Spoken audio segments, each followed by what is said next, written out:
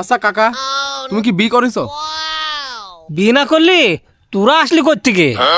ও আচ্ছা, তুমি কাক বিয়ে করেছো? আরে হারামজাদা, তো চাচিক বিয়ে করেছি।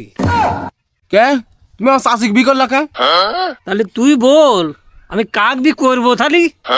তুমি অন্য জায়গায় বিয়ে করলে তো তা আমার এক ঘর কুটুম হইতো না। এই শোন, ওসব পেশাল বাদ দি, একবারে চুপ করে থাকে। আচ্ছা চাচা, আর একটা কথা বলবো, আমাকে একটু উত্তর দাও তো। তুই আবার কি কবি ক?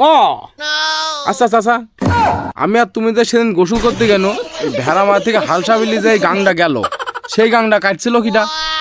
তুই যে গাঙের কথা বলছিস, ওই গাং আমার বাপ কাটিছিল শালা চাওয়াল। বাবা, তার মানে তোমার বাপ আমার দাদা, সে অত বড় গাং একলাই কাটছিল, সে মাটি ফেলাইছিল কোন জায়গায়? আরে হারামজাদা চাওয়াল, ওই সব গাঙের মাটি আমার বাপ চাবাই খাই মরছিল।